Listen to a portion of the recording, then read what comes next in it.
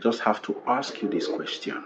What excuse do you have living the way you do? Hello, powerful one. Welcome to this edition of Inaugural Tito Says What Elimi. What is the time of your life right now? If your life were a clock, what time would it be speaking? Is it the hour of which is fulfilled, or an hour in which you anticipate the fulfillment of those wishes? Or could it be an hour in which you are wondering, you are mourning the possibility of your wish not being fulfilled? What exactly is the sum total of your life? Anticipation or living? Or could it be absence of anticipation, absence of actually living wishes of your life? If you are going through a tough time right now and it seems as if you're losing it, you really don't know what is happening around your life right now. It could be this in the angle of health, relationship, finances, career. What is it? But understand the writing word there, through. It means it's going to end. Just first of all know that. But why are you even going through the tough time?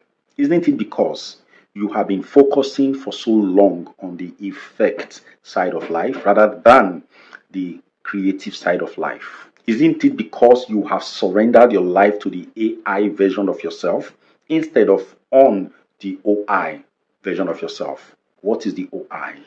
OI is the original intelligence. AI is the, of course, artificial intelligence. You are OI, not AI. So, on this video today, I will be telling you the sense implication behind a word you may have taken for granted for so long. It is called fulfill.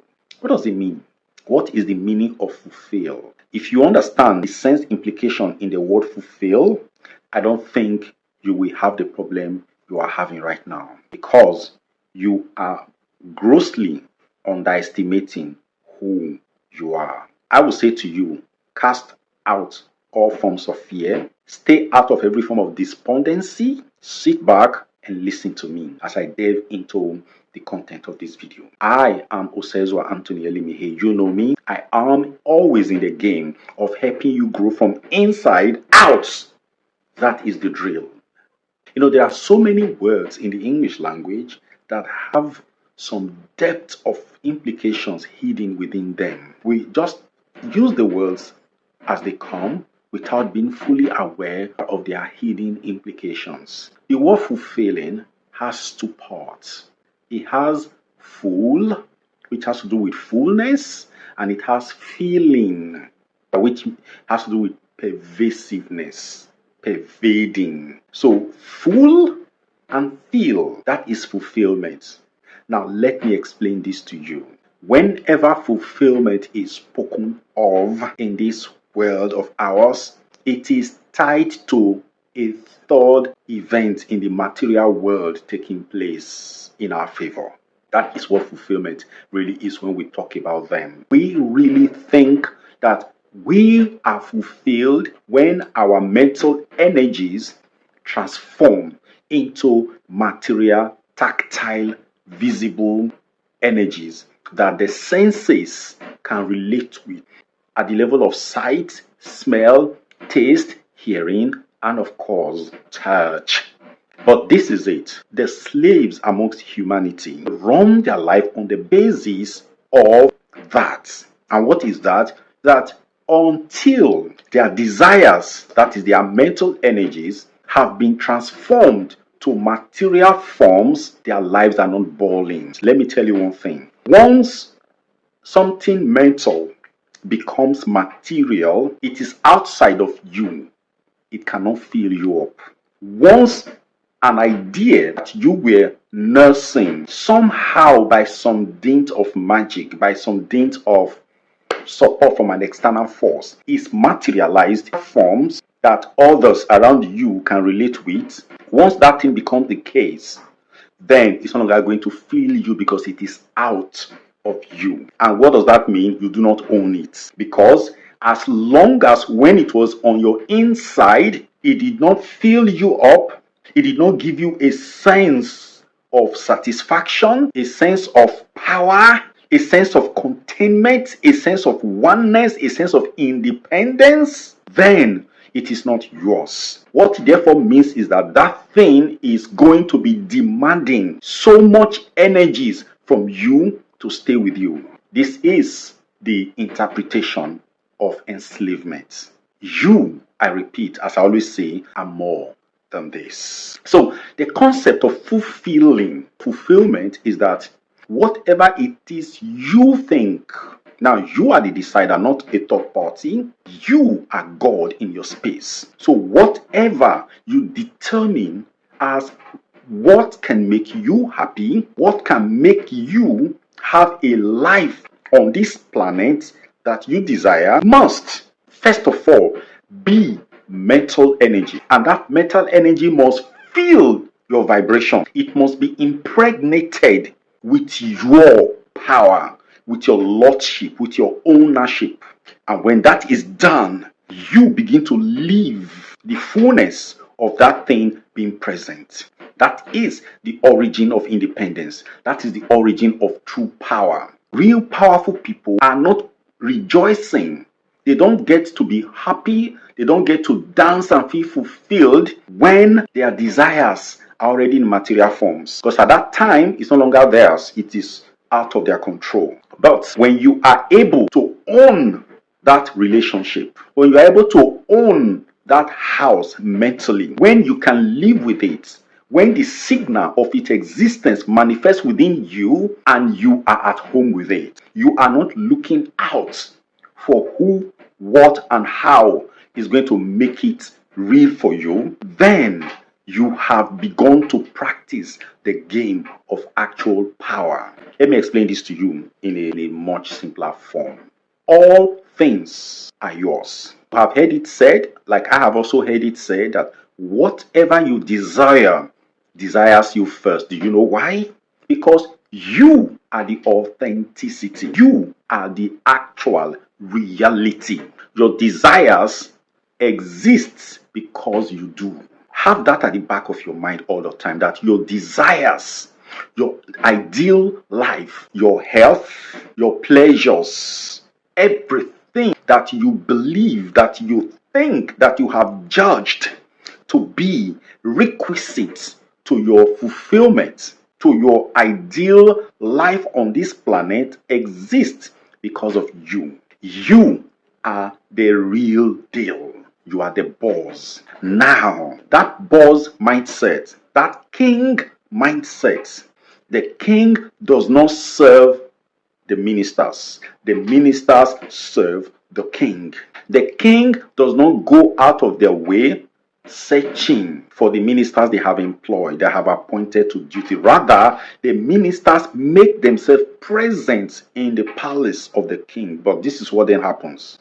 In that palace of the king is always absent. This is the origin of the loss of authority. Because when the king strays out of the palace, strays out of their kingdom, they have lost their authenticity. They have lost their power. They have lost their authority. They cannot command. Now, when you as a human being leave your place of power, which is the place of power, the place where projections are fed into the computer, and you now go to the screen, the canvas where the projections are posted, illuminated, you have lost the control room and you are no longer in control. There is nothing you can do to change the image on the projection screen, because that is the effect end of the actuality. The real place where the projection takes place is in the computer. In fact, the projector is the secondary level of the computer. It is the feeder level. But the real computer is the laptop from which these images are coming out, or even the handset, the phone from which these images are beaming out. That is where alterations can take place. That is where replacement can take place. Your life should always be at the computer point, not on the screen. Leave the screen of life alone. It is for those who have come to this world to be entertained and those who have come to this world to be sold to. You remain the seller. Stay at the point of projection. Control what is being projected, because your life is not an effect. Your life is an effector. When your life becomes an effect, you become a victim of the impulses generated by others. What are these impulses? Where can they be found? They are found on the computer. What is the computer? Your mind. That is the computer. Your body is a printout of your mind. If anything is wrong with your body, you don't start focusing attention on your body. You focus attention on the mind, because that is where it's all coming from. Every illness that happens upon your body, first of all, started from the mind. Sort it in the mind and then do the other things in the physical form that will affect the body. It will be sorted. But if you keep focusing on the body, too bad, you miss the mark. Let me explain this again. Your life is not your bank account. It's not your bank statement. That is not your life. The bank statement is the effect of your life. The reality is within the computer, within you.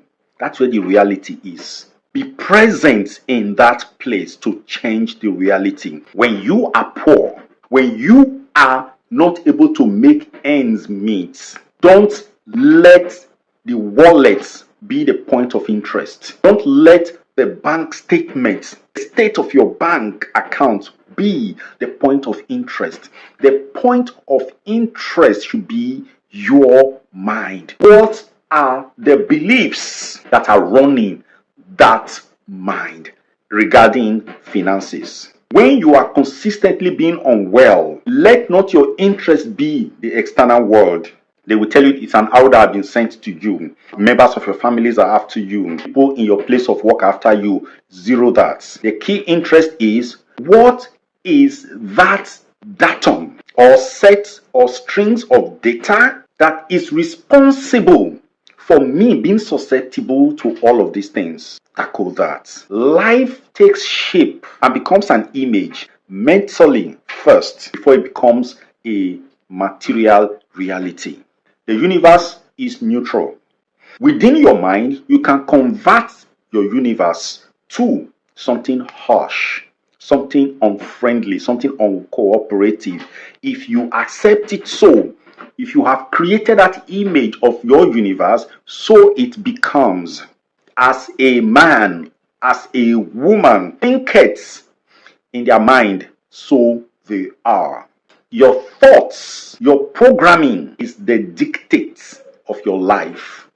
You must begin to focus on that.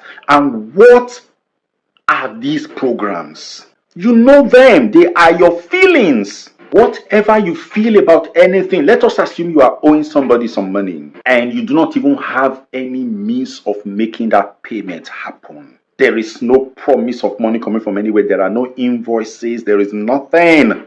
And the person calls you, speaking all kinds of things about the payment. How do you respond? Do you go to the screen? Because that moment is a screen moment. It's not the projection moment. It is the screen moment. It is the effect moment. Naturally, you will have a feeling well up within you. Hey, I am in trouble. If that is the thought that comes to you, zero it. Cancel it. Say cancel to it. Whatever negative thought comes to your mind, anything that makes you to swing in the direction of, I don't have it, I can't pay it, what am I going to do now? Remove those things. You see, that moment when you are under pressure is your most potent moment. Notice that. The moment you're under pressure to pay back a debt you cannot pay, the moment you are under severe pains regarding the ailment that is hurting you, the moment you are under pain over a bad image that is stamped upon you, that is embossed upon you, that is your most potent moment. Your weakest moment is your most powerful moment. Life has two sides. It's like a coin. One side is positive, one side is negative. That is the head and the tail. You usually say, as Christians, I am the head, not the tail. I've always told you that ignore the tail. Stick to I am the head. Life is either tail or head. The tail does not move the head. It is the head that moves the tail. Good. So, Live the tail side of life, because a lot of us are living the tail side of life. Why? Because our lives are circumscribed, they are defined by effects, by what the world can experience, instead of what only we can experience. If you have been experiencing powerlessness, helplessness, fear, then they will manifest in the world and you become powerless. People will begin to see you as powerless and they begin to project fears into you because you have opened the doors for all these things. Stay powerful. The moment when things appear to be most difficult, most tough, most senseless and useless, that is when you have the most power. That's the moment of vulnerability. It's the moment of capability. If only at that moment of impossibility or vulnerability, we just understand that your subconscious gateway just flung open, and then you can speak the right feelings into your mind and say, I've got this. This too has been solved. I've done this right today. It is sorted. It is over. And then you hold on to that feeling. Just 18 seconds. Just hold on to that feeling for 18 seconds. Let it suffuse you. I've sorted this. This is down. Hold on to that feeling and go with it.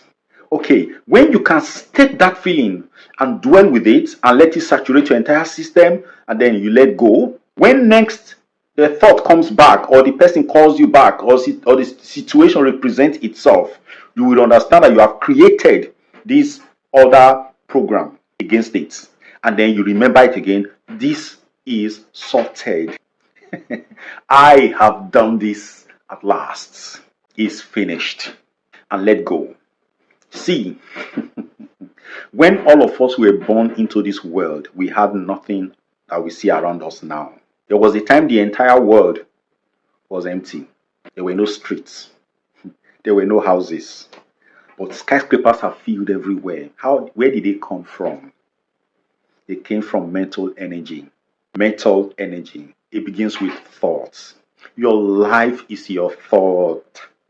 Your life is your feeling. When you have a thought generates a feeling. A feeling will generate an experience for you. So let your desired life be so emotionally connected to you in a state of it is done, in a state of fulfillment. Let your love, let your desires be so full of positive vibes, so full of love, so full of can be mindsets that it fills your entire body, it fills your entire mind, it fills your entire cells, it makes them burst open and they flower. The seed of these thoughts burst open. The great mystic master Kabir Sahib said that we souls, especially the human souls, are the seeds of life. What does that mean? The reality of anything is in the seed. The reality of an orange is in the seed of an orange. What is the reality of an orange? The tree, the branches, the leaves, the flowers, the fruits which contains the seed, the roots which sustain and keep the orange tree standing, which supplies nutrients to the orange tree from the soil, are all in every seed of an orange. Not the GMO seed, sorry. I'm talking about the real seed, because the GMO seed contains the intention of the scientist who created them to an end which we do not know and we are not interested in knowing. We are focused on the natural orange seeds and other natural seeds. That's where our interest resides. So the reality of whatever it is you desire in life is in the thoughts you carry about that desire. The reality is in the feeling you carry, you entertain, you nurse, you feed about that desire. Do not allow the external manifestation, the external effect of these feelings to become your reality. If they become your reality, you become a child of society, a child of your environment, and you become powerless because your life is dancing on the projection screen and you are participating with it. The only way Your life can dance on the projection screen and you participate with it is if that is the life you have wanted always. But if you stay too long on that screen, you will lose that life. The only way you can participate in the projection on the screen of life, the effect side of life, is if that life is your dream, is the way you really want it. But don't stay too long there, because if you stay too long there, you will soon lose the control from the control room. Someone else will begin to use it, because that is where you are king, the control room. You are king at the mental level. Leave the spiritual level alone. It's not yours. That belongs to the supreme. You surrender to the spiritual. But what you really have full control of is to make sure that whatever emotion you feel, you doctor it, you listen to it, and you transform it to suit your desires. Know that and no good. My friend, it is time to stop living on the beggarly edge of life. We have really got used too much to this style of waiting for things to happen, of depending on what is happening out there, thinking that the totality of our lives are out there. We have been trained that way. We have been told that until we serve the matrix by going to school, getting a job, working hard and smart, so to say, we cannot get the benefits of life. That is a lie. Right now, that system, that training, that life is about external exertion is already failing. The economies of this world are crumbling because for too long it has focused on the effect side of life. That is the artificial intelligence side of life. OI is the original intelligence, that which is nominal. But we, for so long a time, have been programmed to be the phenomenal, and that makes us AI. AI will fail because it is not the real intelligence. It is an intelligence that is based on memory, an accumulation of years and years of actions, years and years of thoughts, years and years of feelings, years and years of experiences. That is what AI is. It is not original. It is fake. It is not authentic. Businesses for too long have been acting on the AI mindset. That is why when you come up with something original, they won't buy it, because they will ask you who has done it before. You must insist that you should type your idea to something someone else or some people have done before, because they are scared of originality. Why? Because for so long, business managers and business owners have been tutored on fear of originality. So many people have become AI for so long they don't even know it, and that is why the system is failing. The reason people are suffering from so many diseases that are strange, like your blood sugar level failure, like your hypertension, inability to control your feelings, are coming from a sense of despondency. We have lost the plot of life because we left the computer behind and went to the screen of the computer and started dancing, trying to control our lives. This is the reality. Now listen to me. Life is always in your favor. That is why when you think negativity will happen to you, because life will give you what you give it. Are you catching it? So my friend, be focused, be daring, take the risk. If that job is suppressing you, is making you lose your joy, is making you sick, is making you not be yourself, please drop it. Let go. You have allowed the artificial to run your life for too long. If that relationship is killing you, it's making you lose your originality and your identity, walk the heck out of it now. Anything that makes you feel that without it you cannot survive, let it go. That thing is a lie. It's an enslaving phenomenon. You are infinitely powerful. Don't lose your power to AI. Don't lose your power to the effect side of life. You are too much to be daunted by the challenges of this material world. Learn to look within. Thank you.